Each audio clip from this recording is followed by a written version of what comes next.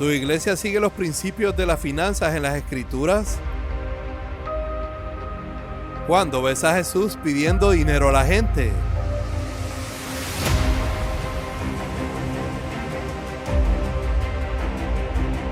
Si vas a una iglesia donde el pastor está pidiendo dinero, él no es un representante de Jesucristo, porque Jesús nunca le pidió dinero a nadie. Por desgracia, vivimos en días en que el dinero se ha vuelto muy importante en el cristianismo, y esa es una de las principales razones por las que la vida cristiana ha disminuido, y por eso el diablo ha conseguido poder. Así que es muy importante, si quieres construir una iglesia del nuevo pacto en cualquier lugar, tienes que tener una actitud correcta hacia el dinero.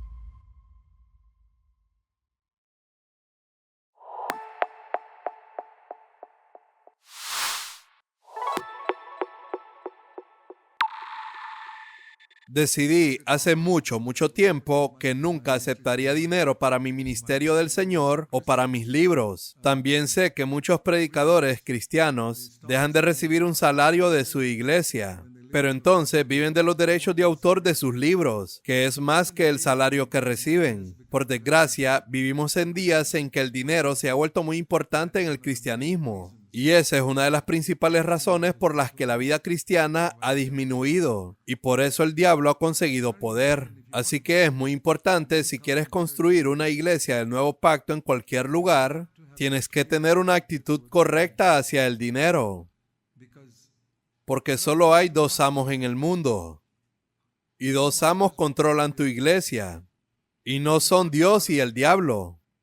Jesús dijo en Mateo capítulo 16, verso 18, edificaré mi iglesia, y las puertas del infierno nunca prevalecerán contra ella. Así que lo que he visto, si en cualquier lugar que Dios me use para construir la iglesia, o a ti para construirla, si es edificada por Cristo, ningún poder del infierno será capaz de derribarla. Pero si es algo edificado por humanos para buscar honor propio o el dinero, siendo esto el principal fundamento, el diablo será capaz de derribarla. Porque todo el dinero en el mundo no está controlado por gente cristiana, sino por gente inconversa, y el diablo está detrás de eso. No sé si conoces este versículo en Lucas capítulo 16, verso 13.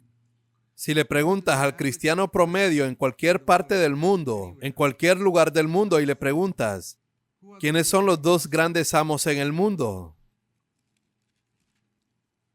Yo diría que el 95% de ellos dirían que es Dios y Satanás.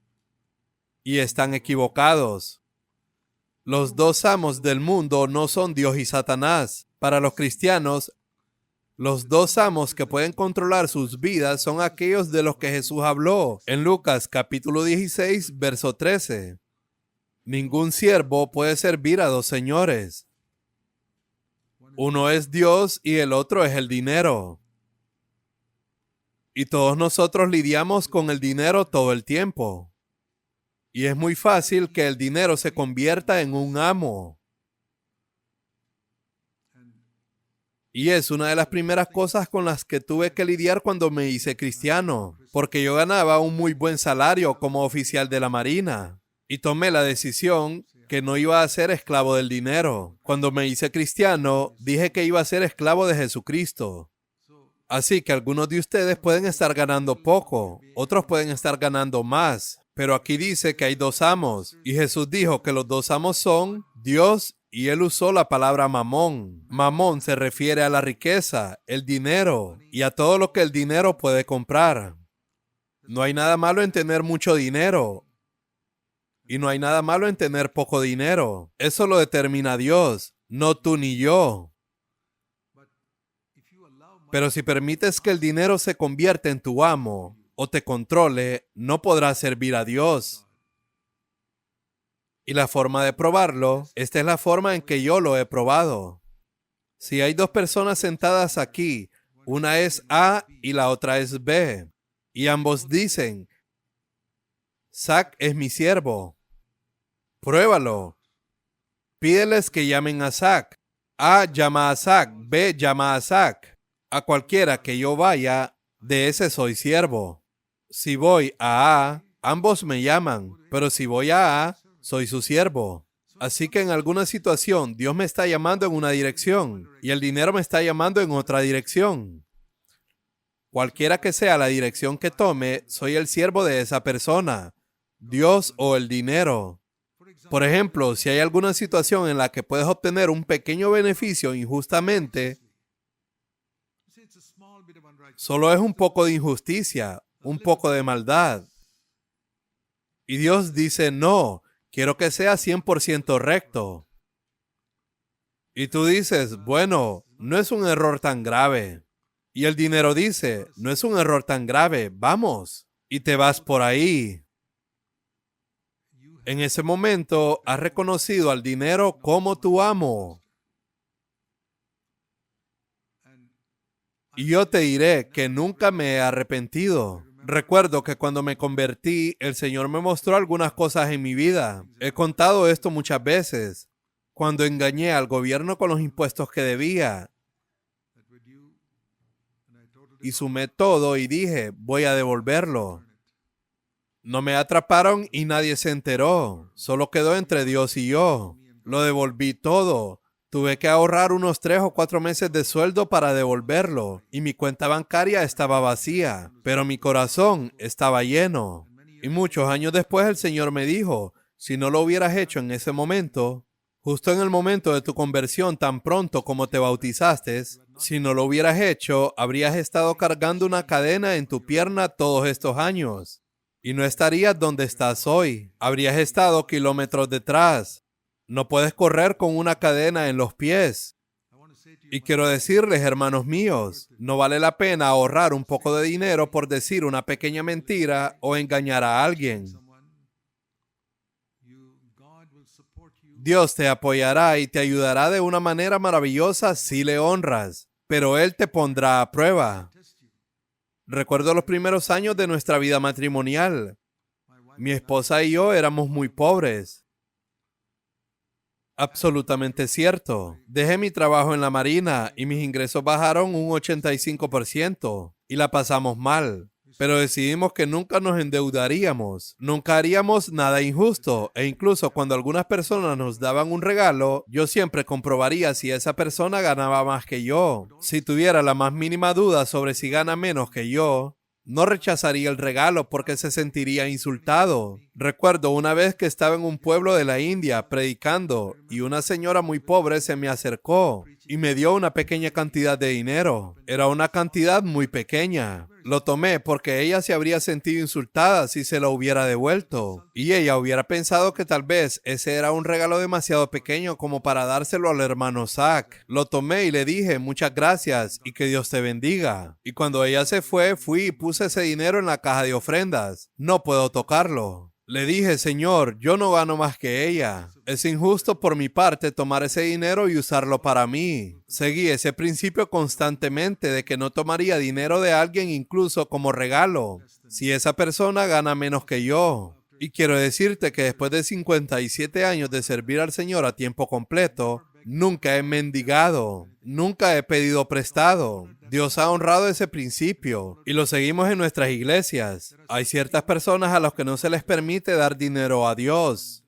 Por eso encima de nuestra caja de ofrendas tenemos 5 declaraciones escritas que dicen, ante todo comprueba si has nacido de nuevo.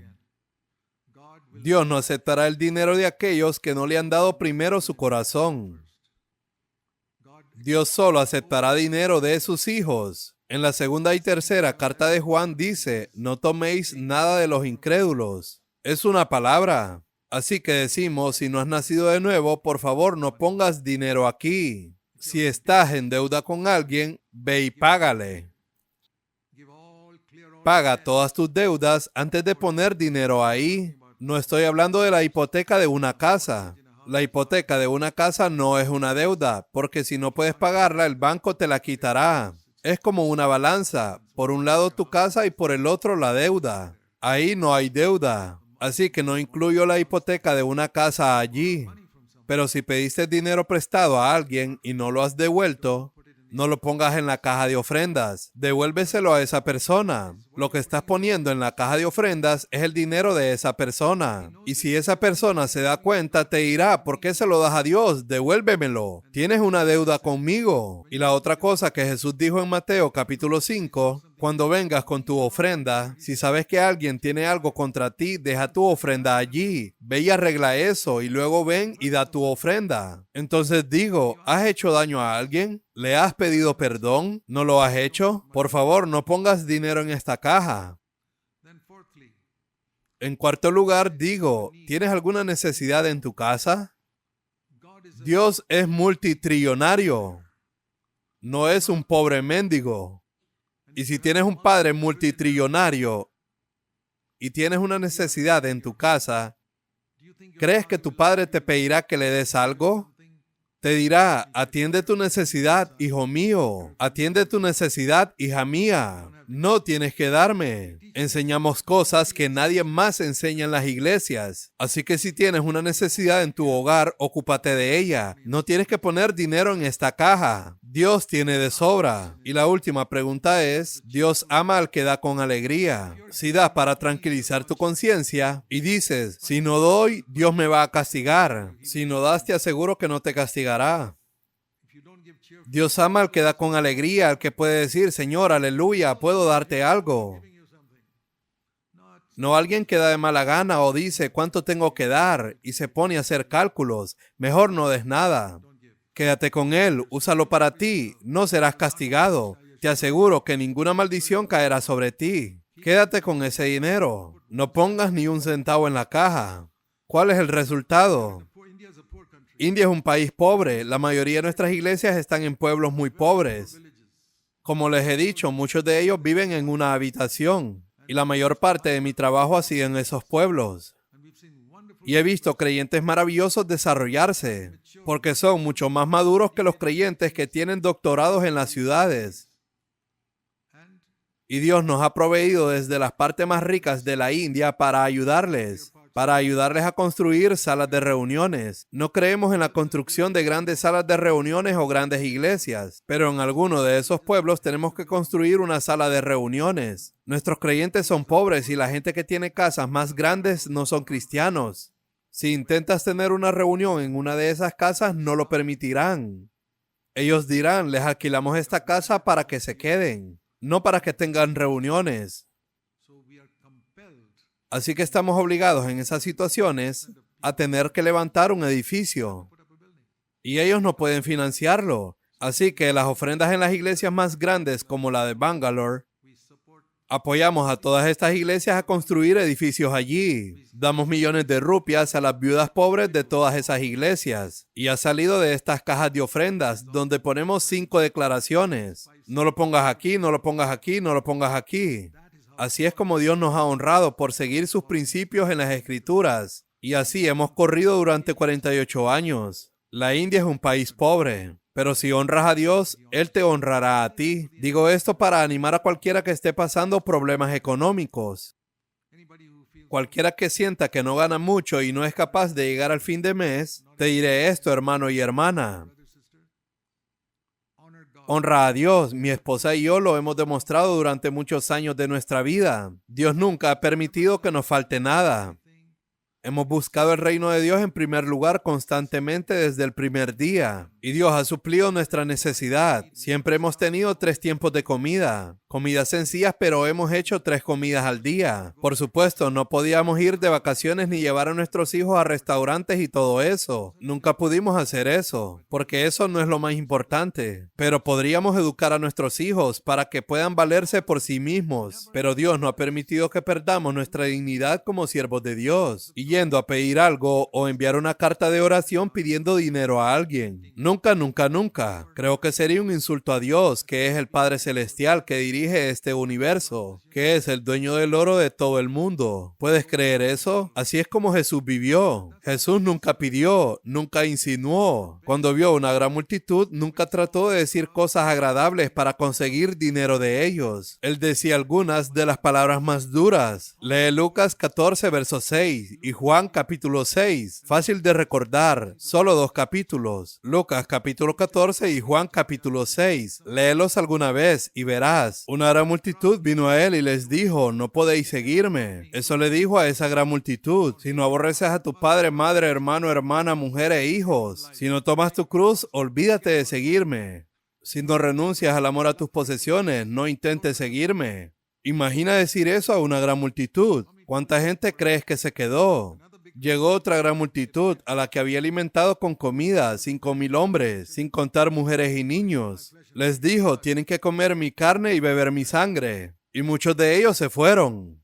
Y él pudo haberlos llamado, esperen, déjenme explicarles. No significa que tienen que comer esta carne. Les hablo de algo espiritual. Él pudo haberles explicado.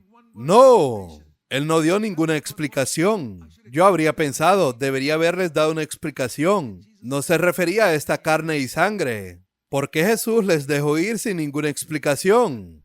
Porque él sabía que los que tienen mentalidad espiritual lo entenderían. Y en nuestra propia iglesia muchas veces he dicho cosas que han ofendido a la gente. Y nunca he tratado de explicarlo. Dios dice, no lo expliques, olvídalo. Los que aman al Señor se quedarán. Y los que no aman al Señor, esto los expondrá y caerán. Y lo hemos visto una y otra vez.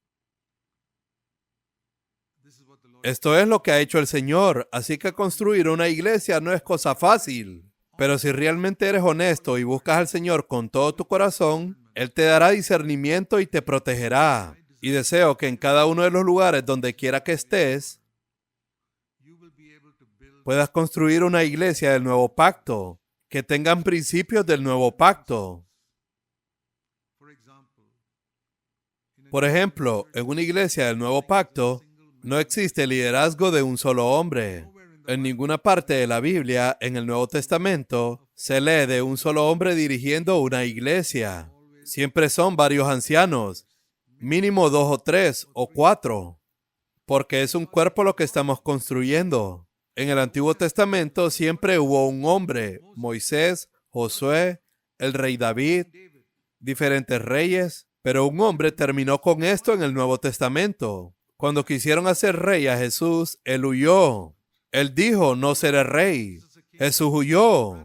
Pero hay muchos líderes cristianos hoy en día que decidieron ser reyes en sus iglesias. Ellos no pueden edificar una iglesia del Nuevo Testamento, porque la iglesia del Nuevo Testamento es un cuerpo, y ese cuerpo debe estar representado en la cima. Un hombre no puede ser un cuerpo, deben ser dos. Por eso en una familia, Dios ha puesto al esposo y a la esposa, para que se equilibren mutuamente, para que discutan juntos la crianza de sus hijos. Estoy tan agradecido de tener una esposa con la que puedo hablar sobre lo que permitiremos a nuestros hijos hacer si la escuela planea algo. ¿Lo permitimos o no? Podemos hablar y decidir juntos si permitimos que los niños participen en ese programa de la escuela. Muchas veces decidimos, no queremos que nuestro hijo participe en ese programa de la escuela. Y no importa lo que la gente diga o piense. Hoy en día tenemos que ser extremadamente sabios. Y en una iglesia especialmente, es el liderazgo múltiple el que protege a una iglesia. Así que oro para que construyas una iglesia del Nuevo Testamento. Si tienes un espectáculo de un solo hombre, quiero decirte en el nombre de Jesús, eso es Babilonia. No es una iglesia. No es una iglesia del Nuevo Testamento. Tal vez haya buena música y todo eso, tantas cosas buenas, buen edificio, buena música, pero si tienes algún respeto por la palabra de Dios en el Nuevo Testamento, tú dirás, no quiero eso, aunque parezca bueno a los ojos de los hombres. Eso es lo que decidimos. Dije que íbamos a seguir el patrón del Nuevo Testamento. Al principio fuimos despreciados y te diré esto. Si realmente vas por ese camino al principio, Dios te pondrá a prueba. Dios te pondrá a prueba permitiendo que se te opongan y te llamen por nombres equivocados. Nos han llamado herejes, falsos maestros, todo tipo de cosas y lo soportamos. Y hoy vemos el resultado. Dios ha logrado algo al construir tantas iglesias del nuevo pacto. y dirigiendo a la gente a una vida de victoria sobre el pecado. Pero si Dios ve que eres fluctuante y ves el patrón del Nuevo Testamento y no lo sigues porque dices, bueno, a las personas no les gustará, y sigues el camino que a las personas les gusta, te garantizo ahora mismo que en toda tu vida no construirás una iglesia del Nuevo Testamento. Solo construirás otra versión de Babilonia.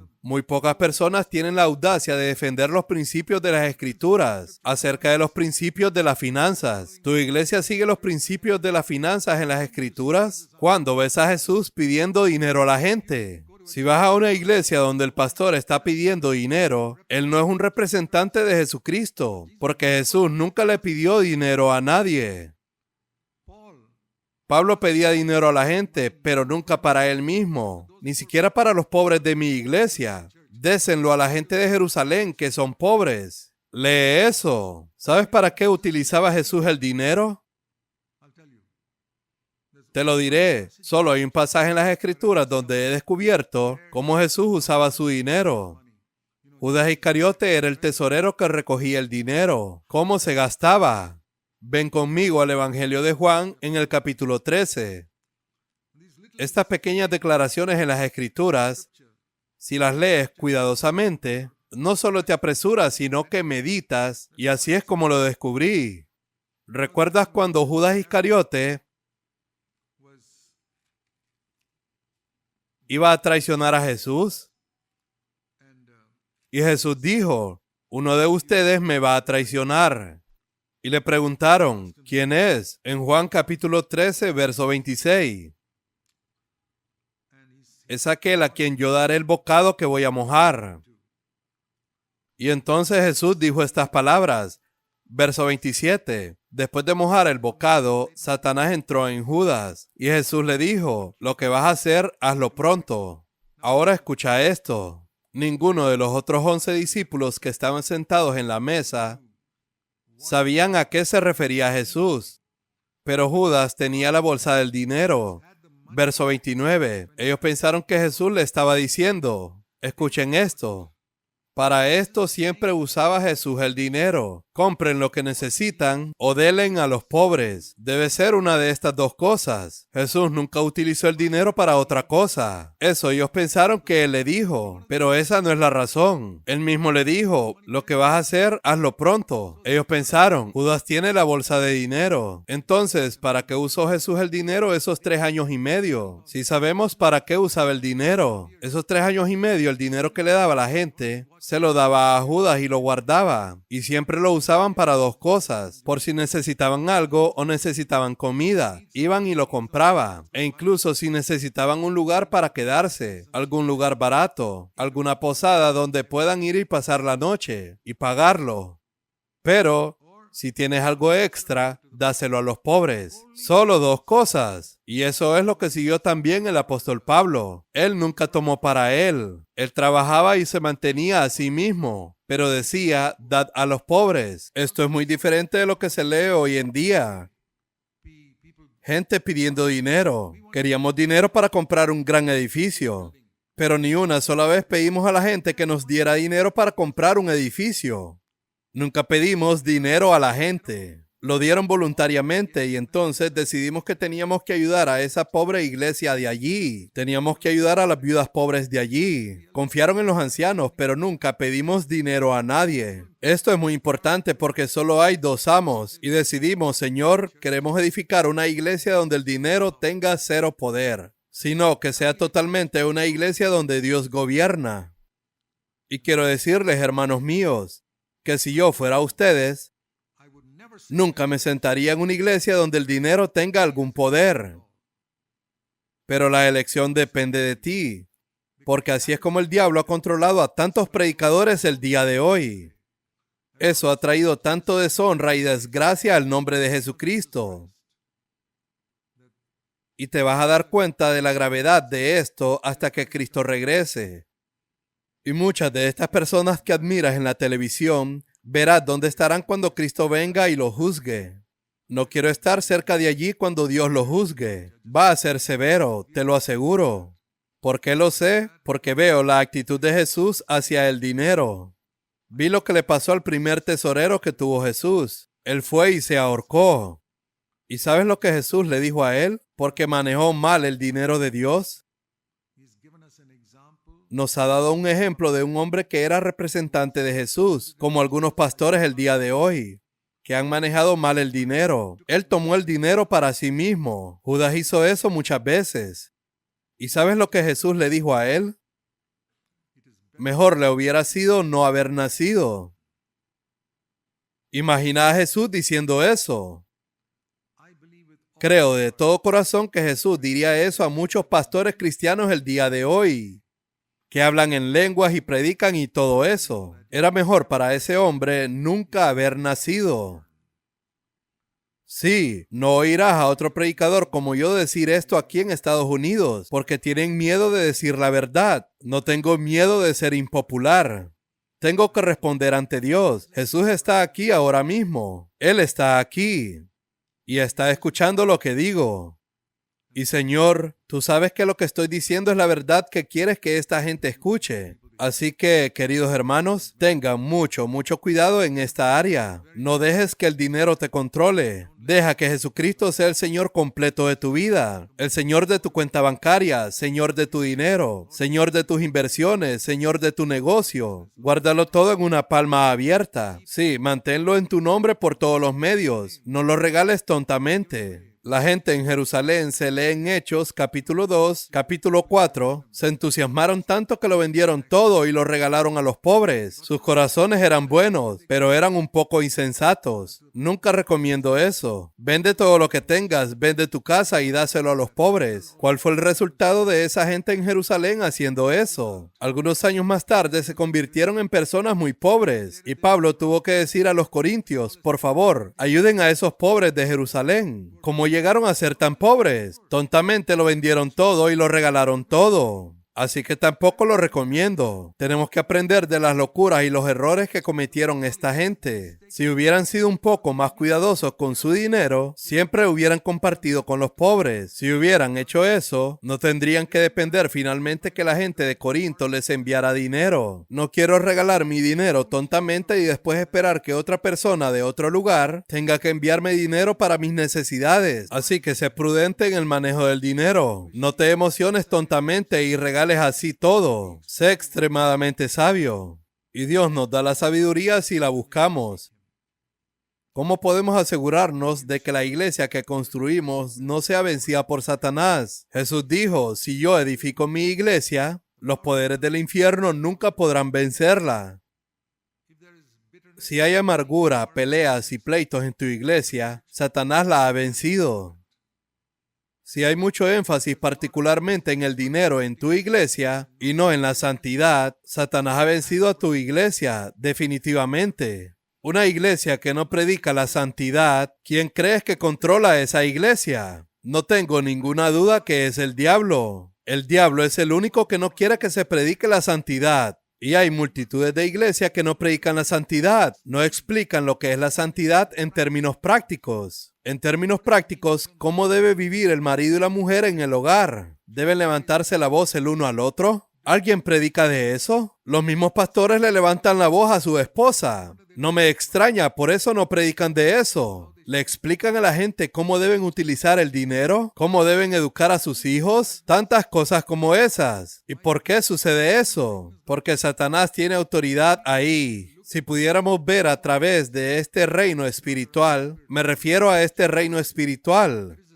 Hay un reino espiritual sobre cada país y hay un reino espiritual sobre América. Y si le pides al Señor que te lo muestre, verás que el diablo está en control de muchos de los proyectos que en el cristianismo se están llevando a cabo. Muchos de los proyectos que se están llevando a cabo en las iglesias están controlando muchos de los mensajes que los pastores están predicando, para que no proclamen lo que Dios quiere que proclamen. Nuestro llamado en última instancia es edificar la iglesia. A menudo he pensado que si estuviera viviendo en los días de Noé, si así fuera, ¿dónde gastaría mi dinero?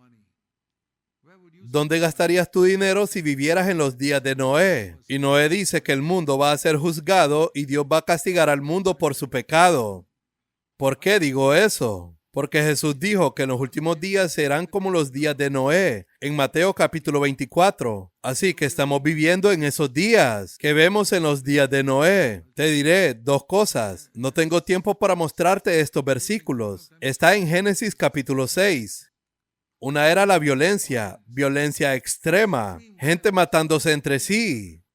Si hubieran tenido armas en ese tiempo y periódicos, regularmente habría noticias acerca de que alguien disparó a otro, o de alguien que entró a un lugar y disparó a muchas personas. Esa era la época de Noé. Lo segundo es que habría mucha maldad sexual.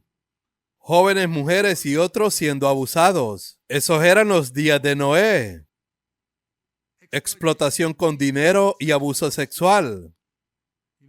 Espíritus malignos que poseen a los hombres para tener sexo con mujeres. Eso es lo que leemos cuando dice que los ángeles bajaron. Los ángeles se refieren a los espíritus malignos. Estos no tienen ninguna capacidad sexual. Ellos solo poseerían a un hombre y tendrían sexo con una mujer bonita que les gustara. Es increíble. Esos son los dos grandes males de la época de Noé. Y Jesús dijo que en los últimos días será así. Un énfasis excesivo en la maldad sexual, la violencia y la matanza.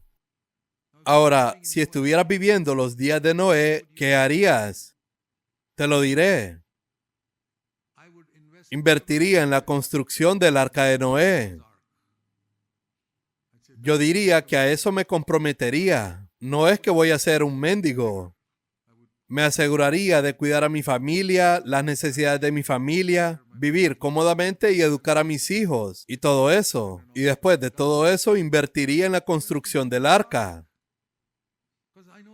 Porque eso es lo único que quedará cuando el mundo se derrumbe. Y si estoy viviendo hoy, haré todo lo posible para construir la iglesia de Jesucristo. No tantas cosas podridas que hoy se llaman iglesias. Son todas iglesias babilónicas. Algo que realmente está construyendo la verdadera iglesia de Jesucristo, llevando a la gente a una vida piadosa, guiando a la gente a amarse unos a otros, perdonarse unos a otros y a caminar en humildad.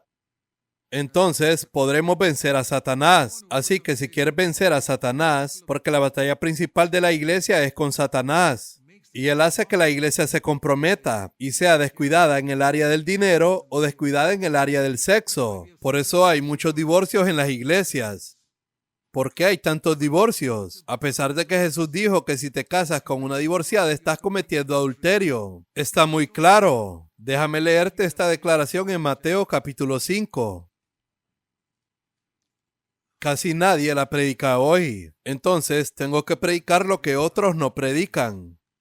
Recuerdo que una vez el Señor me dijo eso. Me dijo, repasa el Nuevo Testamento y estúdialo detenidamente. Y escucha lo que predican todos los predicadores cristianos. Ve a internet, ve a YouTube, comprueba lo que predica todo el mundo. Escucha lo que la gente predica en sus iglesias. Y luego averigua cuáles son las cosas que no predican, pero que Jesús y los apóstoles sí predicaron. Entonces ve y predica eso. Tengo que llenar las cosas que no se predican. Y aquí está una de esas cosas que no predican. Mateo capítulo 5, verso 32. En la última parte, cualquiera que se casa con una mujer divorciada comete adulterio. No importa quién sea. Quien se casa con una mujer divorciada comete adulterio. ¿Cuándo fue la última vez que oíste eso en Estados Unidos? O vamos a otro verso. Es en el Nuevo Testamento, porque en el Antiguo Testamento permitían el divorcio. Sí, y esto es en el Nuevo Testamento. Si quieres permitir el divorcio, entonces será mejor que vuelvas a matar toros, sacrificar corderos y todo eso, porque así lo hacían en el Antiguo Testamento. Aquí hay otro verso, Romanos capítulo 7, verso 3. Así que mientras vive el esposo de la mujer, y ella va y se une a otro hombre, se casa con otro hombre, debe ser llamada adúltera. ¿Quién predica eso hoy? ¿Está eso en sus Biblias? Sea cual sea la traducción que tengas, dice lo mismo. Solo trato de enseñarles a ustedes, mis queridos hermanos y hermanas, que hay mucho compromiso. Y si no estudias la Biblia, no sabrás lo que tus pastores y predicadores te ocultan. Y cuando no se predican estas cosas, bajan el estándar del cristianismo. No tienes que predicar, ve y comete adulterio. No tienes que predicar, ve y roba. Solo tienen que callarse ciertas partes de las escrituras. Y la iglesia se derrumbará y se convertirá en una iglesia babilónica. Tenemos que proclamar todo el consejo de Dios. Verás, cuando Pablo dejó Éfeso, después de 3 años, quiero que vayas conmigo a Hechos de los Apóstoles en el capítulo 20. Pablo ha sido mi ejemplo a lo largo de mi trabajo cristiano. Un gran ejemplo, el apóstol Pablo. Pero él dijo en 1 Corintios capítulo 11, verso 1, sígueme. Estoy siguiendo una escritura donde Pablo dijo, sígueme como yo sigo a Cristo. Y por eso he intentado estudiar la vida del apóstol Pablo. Él era tan fiel con el dinero que se mantenía a sí mismo. Nunca le pedía a nadie. ¿Sabes? Dicen tesalonicenses que cuando él se quedó en Tesalónica, durante algún tiempo él pagaba la comida que comía. ¿Puedes creer eso? Pues mira esto en Hechos capítulo 20. Cuando estuvo en Éfeso durante 3 años. Es el único lugar donde permaneció 3 años. Hablo de la actitud de Pablo hacia el dinero, que protegía a la iglesia. Dijo a la gente de Éfeso que había estado predicando allí, Hechos capítulo 20, verso 31. Les he predicado noche y día durante 3 años. ¿Sabes? John Wesley en Inglaterra en los años 1700 solía predicar así. Temprano por la mañana a las 5, salía a algún lugar y reunía a la gente antes que fueran a trabajar a las 6. Escucha esto, antes que fueran a trabajar a las 6 de la mañana, él salía y reunía a la gente a las 5 para tener una reunión. ¡Wow! Eran radicales. Y mucha gente acudió a escucharle. Y luego por la noche, cuando volvían del trabajo, John Wesley iba y les predicaba. En aquellos días solía ir a caballo. No tenían carros ni nada. Fue en los años 1700. Y así es como construyó la primera iglesia metodista. Pero esa iglesia no está haciendo lo que John Wesley enseñó. Se han comprometido. Como cualquier otra iglesia, solo compromisos. La iglesia luterana se ha comprometido. La iglesia metodista se ha comprometido. Pero así estuvo Pablo, noche y día durante 3 años. ¿Cuántos días son en 3 años? 365 por 3, más de 2000 días. Mañana y noche, 2000 sermones. Imagina que tuviéramos copias en video de 2000 sermones del apóstol Pablo. ¡Wow! Eso sería un festín. Desgraciadamente no lo hubo. No había videos en esos días, pero habría sido genial. Él predicó 2000 sermones. Y cuando estaba a punto de irse, leemos que estaban afligidos en el verso 38. Porque sabían que nunca volverían a ver su rostro. ¿Y qué les dice? Y así es como comenzó su mensaje. En el verso 18. Este es el comienzo de su discurso a los ancianos de Éfeso. Vosotros sabéis cómo he sido con vosotros todo el tiempo, desde el primer día que estuve en Asia, en humildad, lágrimas y pruebas. Él no les preguntó, ¿recuerdan mi sermón número 345? El que les prediqué. ¿Y este otro sermón, el número 468? ¿Recuerdan ese otro sermón que prediqué sobre la humildad? ¿Y el otro que prediqué sobre la pureza? No, él no señala sus sermones en absoluto. No tiene ninguna grabación de sus sermones. Él dice, durante los 3 años que estuve con vosotros, ustedes vieron cómo viví entre vosotros. Ese fue su testimonio. ¿Vieron cómo viví en medio de vosotros? ¿Viste mi humildad? ¿Viste las pruebas? ¿Cómo me enfrenté a todos los complots de los judíos? Él señala su vida. Así eran los líderes de aquel primer siglo, como Pablo. Y yo dije, Señor, esa es la forma en que quiero predicar. Quiero ser capaz de señalar mi vida. Ven a ver cómo vivo. Ven a ver cómo gasto mi dinero. Cuando quieras. Ven y comprueba mis libros de cuentas si quieres. No tengo nada que ocultar. Lo aprendí de Pablo. Ven a ver cómo vivo. Y dijo en el verso 33, nunca he deseado el dinero de nadie. No solo no lo tomó. Dice en el verso 33, no deseé ningún regalo de nadie. ¿Sabes? Recientemente tuve que enviar una circular a alguna de nuestras iglesias sobre este hábito que hay en América de los registros. En el momento de las bodas, envían un registro. En el momento del nacimiento de un bebé, envían un registro. Ahora, tiene algo de sentido porque la gente dice, no queremos que la gente nos cargue con regalos duplicados y triplicados del mismo tipo. Si quieren hacernos regalos, digámosle qué necesitamos exactamente. Pero me encuentro con que algunas personas piden regalos que son caros en los registros. Pero yo estaba diciendo, ¿qué es realmente un registro? Piensa en eso. Básicamente estás pidiendo a la gente que te dé dinero.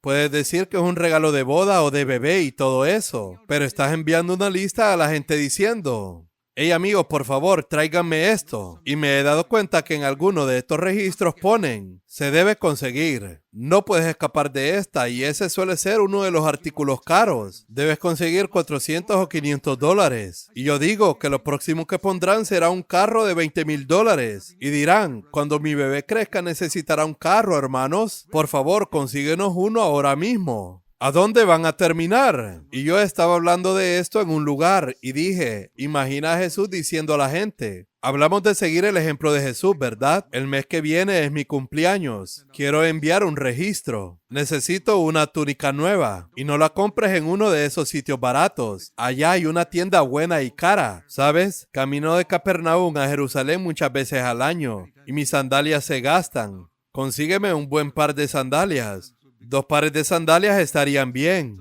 Hay una tienda que es un poco más cara, pero esa tienda tiene muy buenas sandalias. Tráeme de ahí. Y la túnica interior. La túnica interior es muy importante para mí por los climas fríos. Y solo estoy enviando un registro.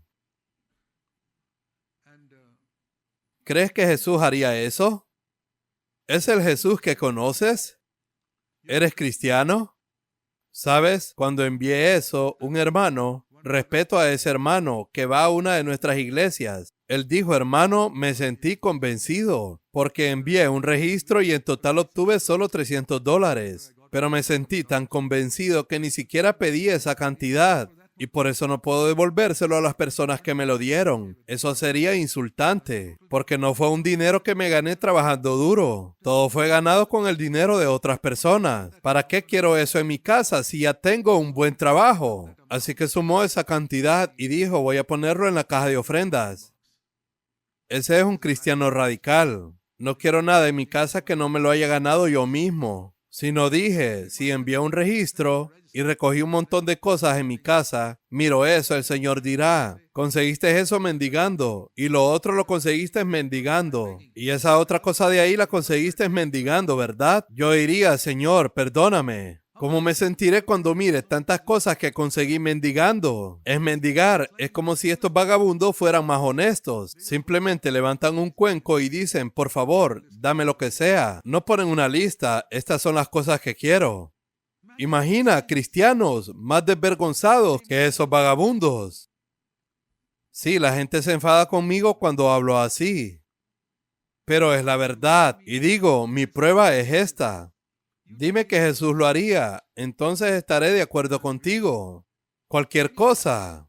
Le he dicho a la gente, por favor, señala algo que estoy haciendo en mi vida que Jesús no haría. Intentaré deshacerme de eso. Dime algo que tengo en mi casa que Jesús no tendría. Y me voy a deshacer de eso. O dime alguna forma en la que yo predico que Jesús no predicaría. Te diré que yo soy mucho más suave que Jesús. Él llamaba a la gente generación de víboras y todo tipo de cosas. Nunca he dicho eso en mi vida. Te diré por qué. Porque no soy tan santo como Él. Estoy muy por debajo de Él en santidad. Así que no puedo predicar como Él. Usó palabras muy fuertes. Se giró hacia su discípulo más cercano, Pedro, y le dijo, apártate de mí, Satanás. Nunca he dicho eso a ninguno de mis hermanos, porque no soy tan íntegro ni tan santo como Jesús. Por eso podía decirle a Pedro, apártate de mí, Satanás, porque en pocos días iba a ir a la cruz. Y si estaba dispuesto a morir por la gente, entonces podía hablarle con más fuerza. Así que no puedo hablar de Jesús en algunas áreas. Su estándar era muy alto. Pero yo digo, Señor, en mi limitada manera, quiero intentarlo. Aunque la gente se ofenda conmigo, quiero tratar de preservar tu iglesia hasta el día que vengas. No me importa si me rechazan, para preservar a tu iglesia en esta área del dinero, porque eso dijiste,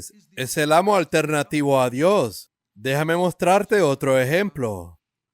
Mira esto en el verso 33. No decía la plata, oro ni ropa de nadie.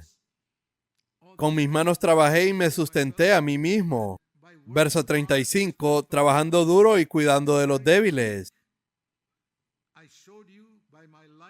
Les mostré con mi vida la realidad de las palabras de Jesús que dijo, más bienaventurado es dar que recibir.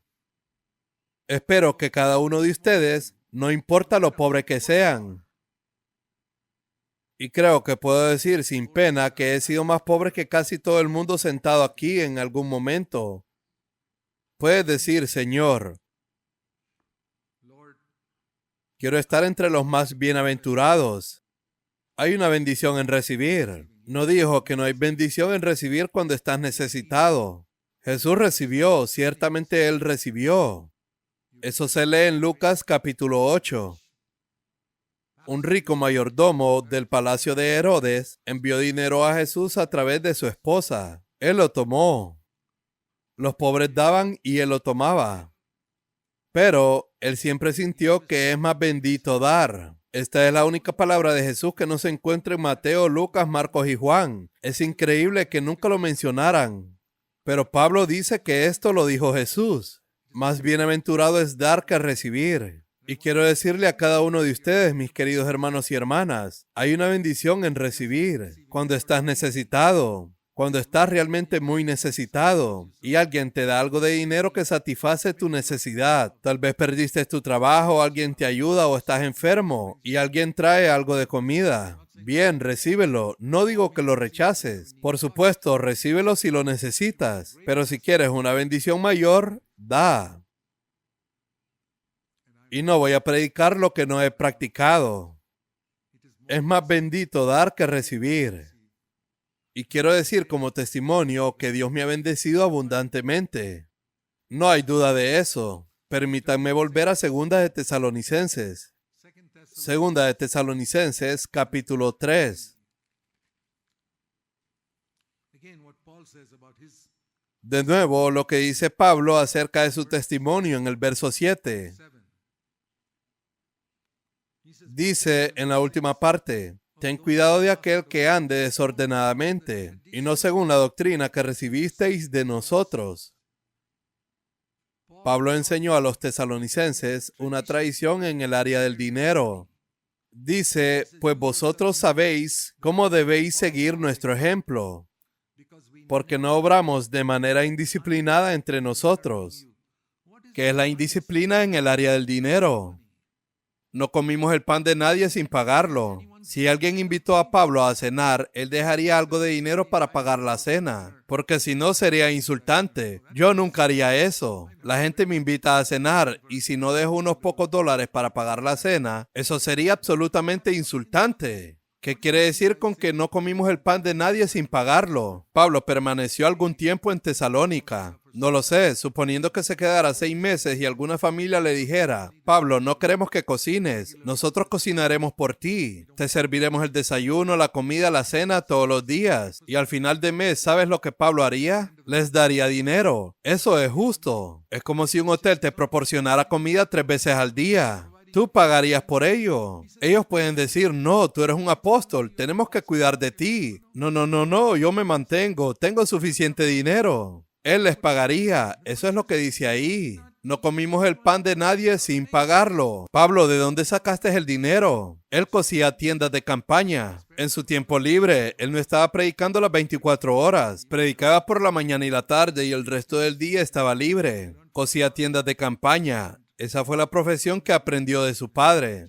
Y cada judío tenía que aprender una profesión. Jesús era un carpintero. En el caso de Pablo era un hombre que cosía tiendas y había gran necesidad de tiendas y ganaba dinero. Y dice, con trabajo y fatiga. Él a veces tenía que trabajar de noche. Escucha esto en el verso 8. Por la noche, este gran apóstol que fácilmente podría haber dicho, el Señor ha dicho que hay que mantener a sus obreros. Así que muchas gracias por la comida que me das. Que Dios les bendiga. Oraré por ti. Eso no es lo que ha dicho. Él trabajaba de noche para ganar dinero, para pagar a esa gente por la comida que le daban. ¿Y por qué? Dice en el verso 9, tenemos derecho como apóstol. Sí, soy apóstol. ¿No tengo derecho a recibir? Les estoy sirviendo espiritualmente, cambiando vuestras vidas y bendiciéndolos de muchas maneras. ¿No tengo derecho a recibir algo de dinero de ti? Sí, pero entonces no sería un ejemplo para ti. Sería como esos predicadores amantes del dinero, que inventan cualquier cosa para recaudar dinero. Y por lo tanto, con el fin de ser un modelo para ti, verso 9, y para ser ejemplo para vosotros, pagamos por la comida que nos dieron. ¡Wow! Siento una tremenda admiración por el apóstol Pablo. Toda mi vida cristiana he admirado a este hombre. Y cuando era joven y estaba en la marina, yo dije, Señor, si alguna vez dejo mi trabajo, quiero ser como este hombre. Quiero plantar iglesias como este hombre. Quiero sustentarme como este hombre. No me importa cuando la pobreza, o ya sabes, él dice en un lugar sobre muchas noches sin dormir, a causa de los problemas en las iglesias. ¿Creen que no hemos tenido problemas en nuestras iglesias? Muchas personas nos han creado problemas. Viene todo tipo de gente y necesitamos discernimiento. Vienen muchos problemas. He pasado muchas noches sin dormir, horas, horas y horas. He estado sentado hasta medianoche respondiendo correos electrónicos. Problemas con los ancianos, problemas con las iglesias. Pablo ha sido mi ejemplo y un tremendo desafío para mí. Y dice, incluso cuando estábamos con vosotros, verso 10, os dimos esta orden. Cuidado con estas personas perezosas. Si alguien no está dispuesto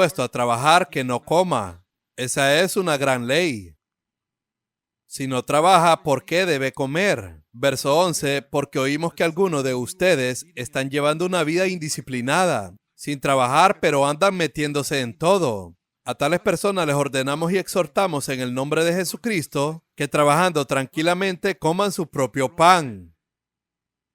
Instrucciones muy prácticas en las Escrituras sobre cómo debemos actuar en relación con el dinero. Esto es muy importante en nuestros tiempos, hermanos y hermanas, porque hay una abundancia de dinero hoy en la India. La India se está convirtiendo en un país más rico hoy en día y nos enfrentamos a eso. No es como era cuando dejé mi trabajo hace 55 años. Éramos muy pobres y toda la gente que venía a nuestra iglesia, ninguno tenía ni siquiera una moto. Nadie tenía un carro. Yo tenía una moto en mis días en la marina. Los demás solían venir en bicicleta, en bus o caminando. Así es como venían las primeras personas a nuestras reuniones. Pero hoy la India se ha enriquecido y hoy corremos un peligro mucho mayor. Hoy en nuestro estacionamiento de CFC tenemos 140 carros. Ahora no somos pobres. Han trabajado duro. Son todos creyentes. Lo han hecho bien. Hoy corremos más peligro.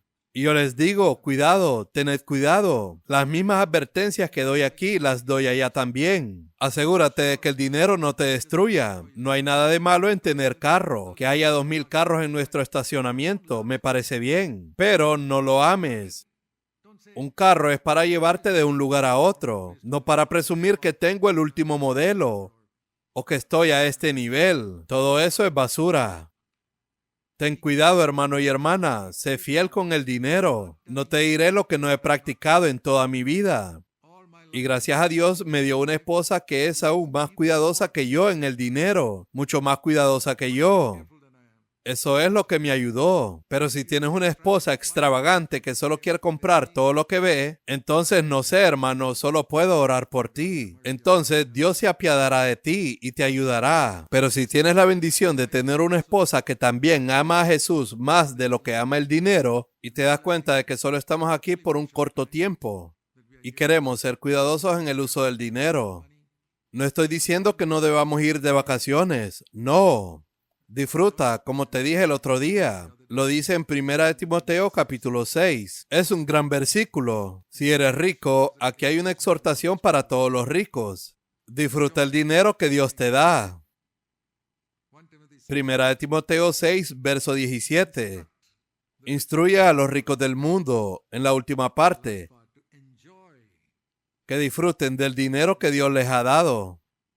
Así que yo también predico eso. Por supuesto, sal y come en un restaurante. Sal y llévate a tus hijos de vacaciones. Disfrútalo. No hay nada de malo en eso. La Biblia dice que puedes hacerlo. Cito 1 Timoteo 6, verso 17. Disfrútalo. Así que no soy un espartano que dice, no, debes vivir como estos ermitaños que viven en las junglas. No. Todo lo que digo es que no lo ames. Usa lo que Dios te ha dado. Pero mis queridos hermanos y hermanas, ustedes probablemente nunca escucharon un mensaje como este en sus vidas. Así que no predico esto todos los días, pero si lo tomas de vez en cuando, escuchas un mensaje como este, es bueno para ti. Así que ten cuidado, y te diré esto, serás tremendamente bendecido espiritualmente, no cuando tires tu dinero, no cuando tu cuenta bancaria llegue a cero, no, sino cuando seas fiel y sabio.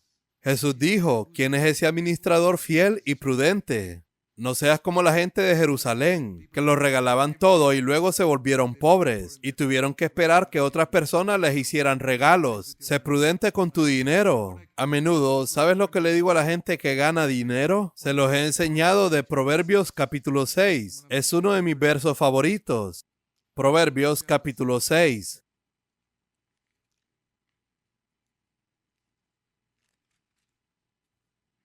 Versículo 6.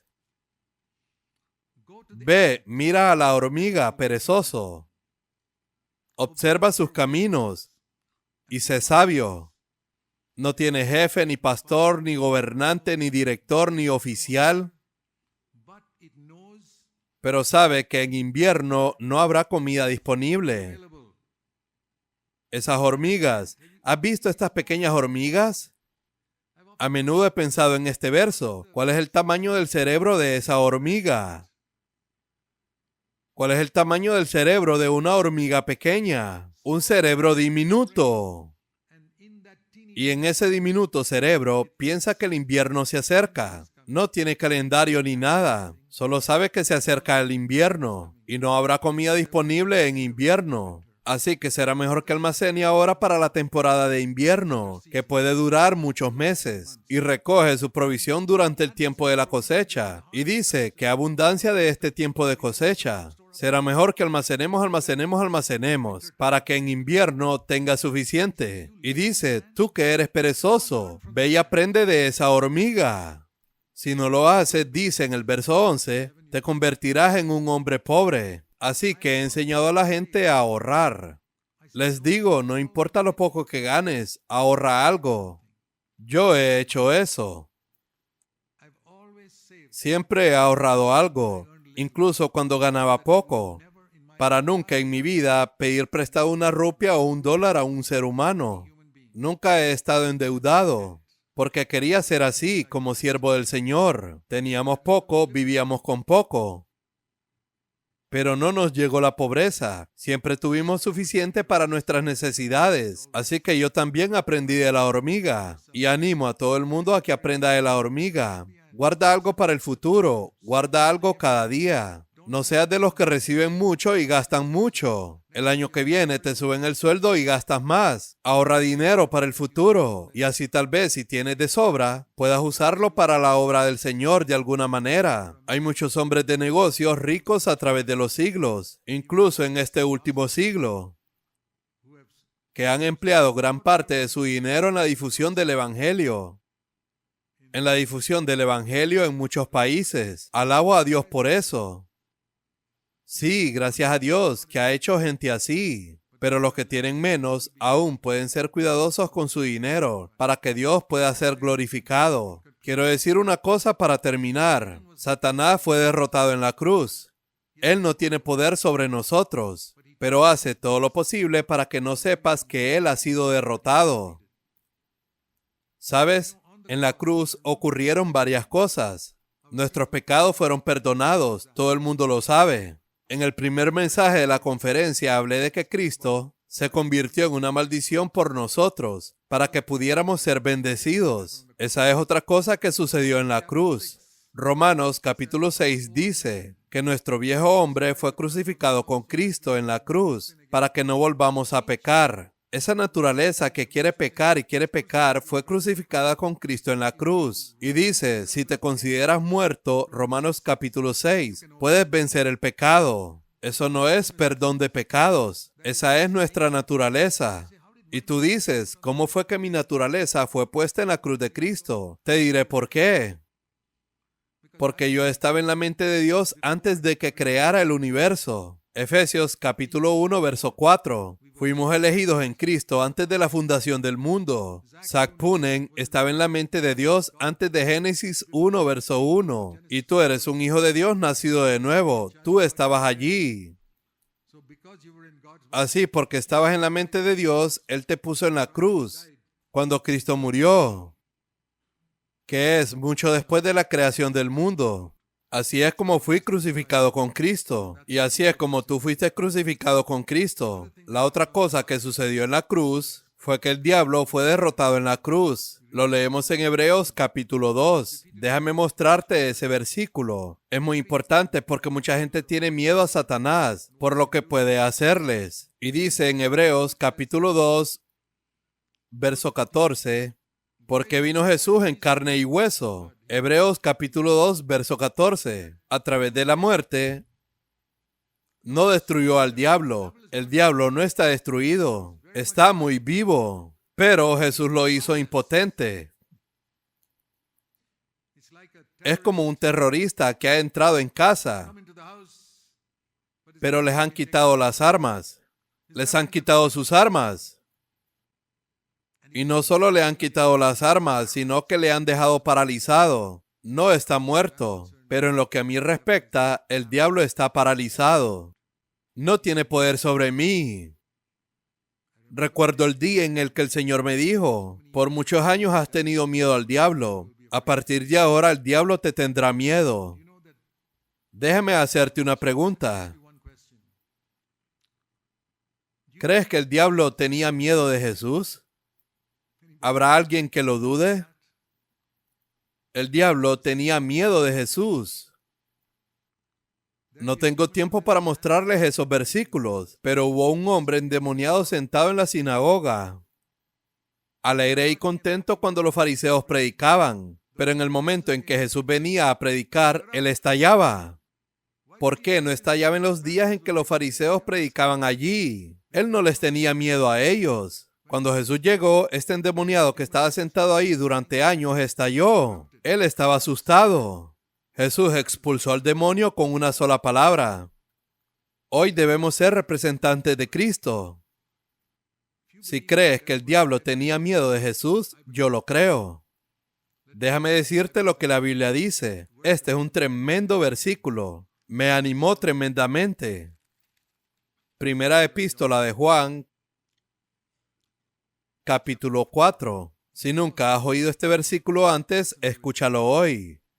Primera de Juan, capítulo 4, verso 17. La última parte. Primera de Juan, capítulo 4, verso 17. Así como es Jesús, así somos también nosotros en el mundo. Pon tu nombre ahí. Como es Jesús, así soy yo en este mundo. Si el diablo tiene miedo de Jesús y mi vida está totalmente entregada a Cristo, entonces Él me tiene miedo. Así es, nunca he tenido miedo de expulsar a un demonio. Tenemos muchos demonios en los pueblos de la India, porque las personas van a los templos y adoran ídolos. Y los demonios entran. Y te digo que están asustados. Si realmente caminas con el Señor, ningún demonio podrá estar delante de ti. He oído hablar de gente que grita, grita y grita. No tienes que hacer nada de eso. Recuerdo que una vez expulsé a un demonio en una escuela bíblica. Un hombre endemoniado justo al final del pasillo, a 12 metros de distancia. Y porque estábamos en oración y el tipo estalló allí, susurré tan suavemente, siéntate en el nombre de Jesús. Y él fue y se sentó. ¿Cómo me pudo escuchar si la persona de la primera fila no podía oírme? Él obedeció. Los demonios obedecen. 6 meses después, recibí una carta de otro país. Hermano Zach, yo fui la persona a la que le pediste que se sentara ese día en esa escuela bíblica. ¿De verdad? ¿Me has oído? Ese fue el día que descubrí que los demonios tienen un muy buen oído. Y él dijo, yo solía ir a los templos y un demonio me poseyó. Y doy gracias a Dios de que eso me haya abandonado. Sí, no tengas miedo de Satanás. Como Jesús es, así también eres tú. Pero si toleras el pecado en tu vida, o permites el pecado en tu vida, no tendrás autoridad sobre Satanás. Hay un caso en Hechos de los Apóstoles donde el diablo le dijo a alguien, conozco a Jesús y al apóstol Pablo, pero tú, ¿quién crees que eres? Y eso mismo el diablo le diría a algunos cristianos, a Jesús lo conozco y a Pablo también, pero tú, ¿quién eres? Y cuando leí eso, dije, Señor, quiero que mi nombre sea añadido allí. Que el diablo debería decir, conozco a Jesús y a Zach, pero tú, ¿quién eres? ¿No quieres que aparezca tu nombre? ¿No quieres que el diablo te tenga miedo? ¿Habías escuchado un mensaje como este? ¿Que el diablo te tiene que tener miedo? Caminad con el Señor, hermanos míos. Mantén tu vida pura. No ames las cosas de este mundo. Lograrás algo para Dios antes de dejar esta tierra. Desearía poder hablar durante las próximas 2 horas y animarte a hacer que tu vida cuente para Dios antes de dejar esta tierra. Cristo volverá pronto. No desperdicies tu vida por cosas vacías. Di, Señor, quiero que mi vida cuente para ti. Quiero formar parte de una iglesia del Nuevo Testamento en mi localidad. No tengo la capacidad, no soy un apóstol, pero ayúdame a hacer lo que pueda. Soy tu servidor.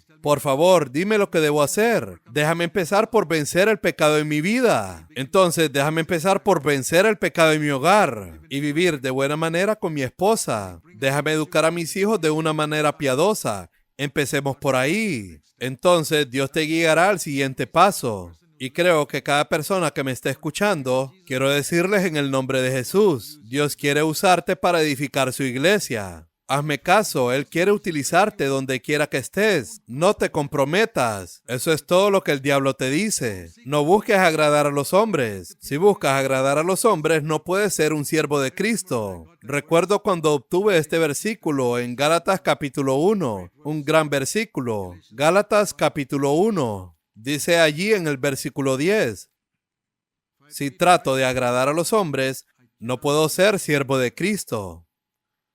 Tengo ese versículo escrito en una tabla de madera y lo guardé en la sala de mi casa durante 30 años. Todos los días lo miraba. Si busco agradar a los hombres, no puedo ser siervo de Cristo. Hoy no lo necesito, está escrito en mi mente, pero durante 30 años lo tuve delante de mí para recordármelo cada día. Si busco agradar a los hombres, no puedo ser siervo de Cristo. Te ofrezco ese versículo hoy. Quiero decirles a cada uno de vosotros, hermanos, hermanas y jóvenes, Dios quiere que sean sus siervos. Jesucristo quiere que seas su siervo. Hay una gran necesidad de siervos fieles en Estados Unidos. Pero no busques agradar a los hombres. No intentes adular a los hombres con palabras bonitas. Si algo está mal, defiéndelo y di que está mal. Lo siento, no tenemos que pelearnos con la gente. Yo no peleo con gente de carne y hueso. Pero les digo, lo siento, no estoy de acuerdo. Que Dios nos ayude a todos. Dios quiere usarte, hermano. Él quiere usarte a ti y a mí. Vamos a orar. Padre Celestial,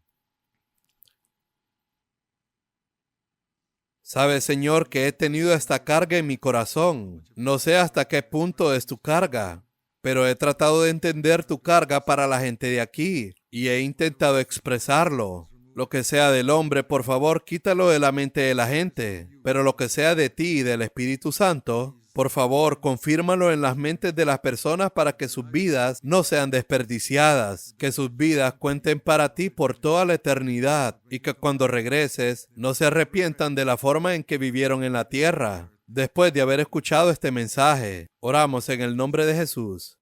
Amén. Gracias.